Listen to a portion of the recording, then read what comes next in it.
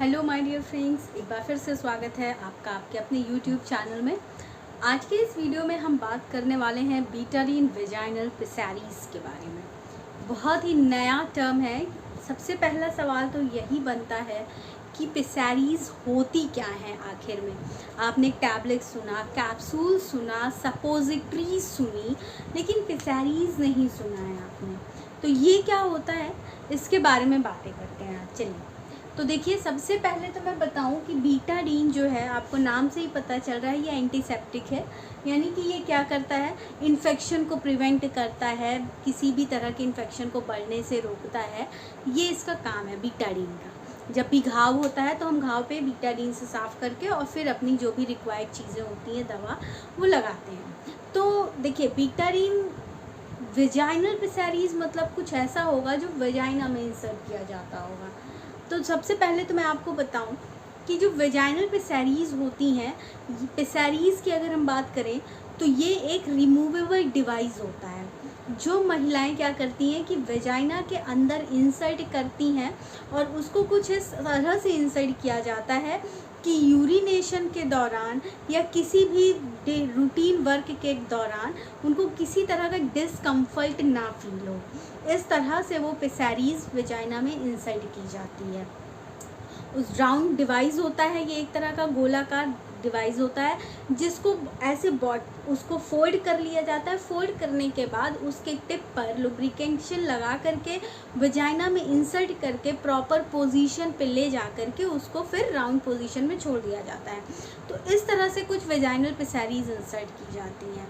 तो ये सिर्फ महिलाएं जान सकती हैं कि वो किस पोजीशन में कंफर्टेबल हैं, कि उनको फिर चलने में एक स्टेज ऐसी आएगी वहाँ उस पोजीशन पे जब पिसैरीज पहुँच जाएगी तो क्या होगा कि कोई तरह की फीलिंग नहीं आएगी कि कोई पिसैरीज भी अंदर है। ये रिमूवेबल डिवाइस होती है जो इजीली महिलाएं, जब इस ड्रग का पूरी तरह से डिस्चार्ज हो जाए तो वो उसको रिमूव कर सकती हैं। ठीक है, तो अब देखिए, वेजाइनल पिसैरीज बीटाडीन, इसमें कुछ ऐसा है, क्या होता है, ये क्या करता है, इन्फेक्शन को प्रिवेंट करता है, खुजली को रोकता है, या फिर सोरनेस जो हो गई है वेजाइना में किसी भी कारण से, उसको प्रिवेंट करता है। जनरली जो वेजाइनल पिसैरीज होती हैं वो जो वेजाइना के अंदर जब ऑर्गन्स अपनी जगह पे नहीं होते हैं तो उनको सही प्लेस पे रोकने के लिए पिसैरीज का उपयोग किया जाता है। लेकिन चूंकि ये बीटाडीन वेजाइनल पिसैरीज है, नाम स्पेसिफिक है, तो इसका मतलब क्या कह रहे हैं कि ये इन्फेक्शन, माइक्रो ऑर्गेनिज्म के इन्फेक्शन, इन सबको रोकने के लिए यूज़ किया जा रहा है। फिर दूसरा, अब बात करते हैं कि इसमें होता क्या है। इसमें पोविडोन आयोडीन होता है 200 mg का। ठीक है, इसमें इतने कॉन्सेंट्रेशन में पोविडोन आयोडीन होती है। इसके अगर हम मार्केटिंग जो कर रहे हैं उसकी हम बात करें, जो इसके मार्केटर्स हैं वो है विन मेडिकेयर प्राइवेट लिमिटेड, ये इसकी मार्केटिंग कर रहे हैं। ठीक है, तो देखिए, आगे बढ़ने से पहले बता देती हूँ कि मैं डिस्क्रिप्शन में अपने दूसरे चैनल का लिंक भी शेयर कर रही हूँ, तो आप हमारे वहाँ उस चैनल पे भी हमें ज़रूर सपोर्ट कीजिएगा। चलिए आगे बात करते हैं। जब ये माइक्रो ऑर्गेनिज्म, जब ये वेजाइना में पिसैरीज को डाला जाता है तो ये माइक्रो ऑर्गेनिज्म को किल कर देता है, इन्फेक्शन को साफ करता है, और किसी भी तरह का जो एब्रेशन हो गया हो, एब्रेशन मतलब दरदरापन हो गया हो, कोई चोट हो, कोई कट हो, उसको होने से आगे फर्दर स्प्रेड होने से रोकता है, या फिर इन्फेक्शन की वजह से इन सब चीज़ों को होने से रोकता है। पिसैरीज, एक कॉमन क्वेश्चन हो सकता है कि क्या सेक्सुअल इंटरकोर्स में भी समस्या नहीं करेगा, तो नहीं, ऐसा नहीं है। पिसैरीज जो है ये सेक्सुअल इंटरकोर्स में समस्या कर सकता है, करता ही है, तो इसको इंसल्ट करने के बाद इंटरकोर्स करने की कोई ज़रूरत नहीं होती है, नहीं करना है। नेक्स्ट, ये क्या करता है कि ये आयोडीन को स्लोली वेजाइना में डिस्चार्ज करता है, धीरे धीरे डिस्चार्ज करता है। अच्छा, एक सवाल ये हो सकता है कि क्या अगर पहले से ही घाव है वेजाइना में, कट है, कुछ भी है, तो अगर पहले से ही कट है, सोरनेस लग रही है, वुंड है, इन्फेक्शन है, तो क्या इसको ले सकते हैं क्या? नहीं, तब नहीं ले सकते। क्योंकि तब क्या होगा कि आयोडीन जो है अब्जॉर्ब होगा, और एब्जॉर्ब हो करके कहाँ पहुँचेगा, ब्लड में पहुँचेगा, और जब ब्लड में पहुँचने लगेगा तो एक स्टेज ऐसी भी आ सकती है कि आयोडीन की टॉक्सिसिटी भी हो सकती है बॉडी में। तो घाव के ऊपर इसको नहीं लगाना है, क्योंकि फिर ये एब्जॉर्प्शन करने लगेगा। ठीक है, नेक्स्ट आइए साइड इफ़ेक्ट्स की बात करें। भाई एक डिवाइस ही तो है, तो डिवाइस है, अगर मेडिकल डिवाइस है तो क्या कर सकती है? सबसे पहली बात तो बॉडी के अंदर रखी जा रही है तो क्या कर सकता है? इरिटेशन हो सकता है। और साथ ही साथ क्या हो सकता है इसको लगाने के बाद थोड़ी जलन हो जाए, बर्निंग सेंसेशन हो जाए, कुछ खुजली वगैरह हो सकती है और रेडनेस हो सकती है। ठीक है, ये सारे साइड रिएक्शंस है जहाँ पे पेसेरीज लगाई जा रही है। देखिए ऐसा भी होता है, इसीलिए इन सब को रोकने के लिए सबसे पहले क्या किया जाता है? जब पेसेरीज इंसर्ट की जाती हैं तो सबसे पहले यूरिनेशन चेक कर लिया जाता है कि यूरिन पास करने में कोई दिक्कत तो नहीं है, या रूटीन वॉक करने में या कोई भी काम करने में दिक्कत तो नहीं आ रही है, ये सारी चीज़ें।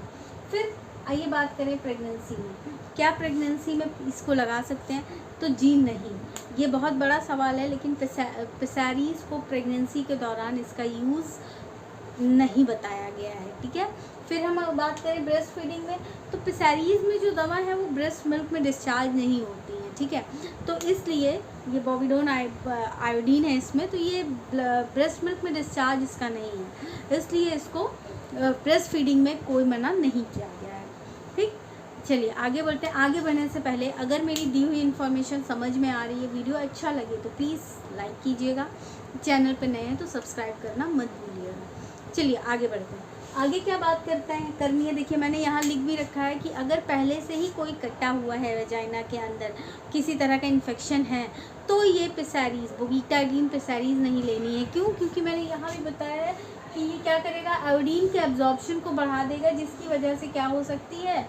टॉक्सिसिटी हो सकती है। अब देखिए अगला सवाल आता है, कितने लंबे समय तक इसको ले सकते हैं? देखिए सबसे पहली बात तो डिस्कम्फर्ट को रोकने के लिए, कई महिलाएं इससे डिस्कम्फर्ट भी फील करती हैं, तो इसको रोकने के लिए इसका सबसे बेहतरीन उपाय ये होता है कि रात में इंसर्ट की जाए और सुबह इसको रिमूव कर लिया जाए। कभी कभी आपको वेजाइनल डाउशिंग लिक्विड भी दिया जाता है। डाउशिंग लिक्विड मतलब DOUCHING। इसमें क्या होता है कि वेजाइना को क्लीन करने के लिए एक अलग सा लिक्विड दिया जाता है, एक अलग सा इंस्ट्रूमेंट टाइप दिया जाता है, जिससे क्या होता है उसमें वो लिक्विड फिल करके वेजाइना को क्लीन कर सकते हैं। और सेम इसी तरह से ये बीटाडीन पेसेरीज इंजेक्ट करने से पहले भी वेजाइना की क्लीनिंग काफ़ी ज़रूरी है, और साथ ही साथ हाथों की क्लीनिंग भी बहुत ज़रूरी होती है।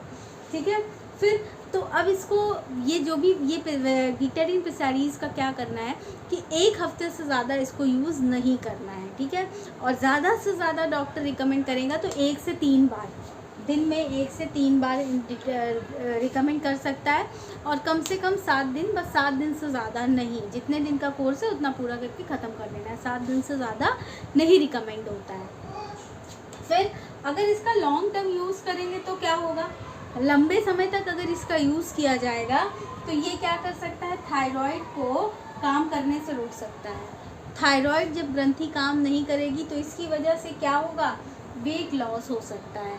भूख ज़्यादा लगेगी लेकिन फिर भी वेट लॉस हो रहा है, साथ ही साथ पसीना भी ज़्यादा आ जाएगा और एनर्जी लेवल डाउन होने लगेगा और वज़न भी बढ़ने लगेगा एक टाइम के बाद। तो ये सारी चीज़ें क्या हो सकती हैं अगर इसका बीटाडीन पेसेरीज का लंबे समय तक यूज़ किया जाए। इसलिए इसका यूज़ बता दिया गया है पहले ही कि सिर्फ़ और सिर्फ इसे कितने दिनों के लिए यूज़ करना है? 7 दिन, बस, उससे ज़्यादा नहीं। तो ये था पूरा वीडियो बीटाडीन वेजाइनल पेसेरीज के बारे में। उम्मीद करती हूँ अच्छा लगा होगा। अच्छा लगा तो चैनल को सब्सक्राइब कीजिए, वीडियो को लाइक कीजिए, और डिस्क्रिप्शन में जो लिंक है उसे भी फॉलो ज़रूर कीजिएगा। तो अब मैं आपसे विदा चाहूँगी, मिलेंगे अगले वीडियो में और अगली समस्या के बारे में बातें करेंगे। तब तक के लिए थैंक यू वेरी मच।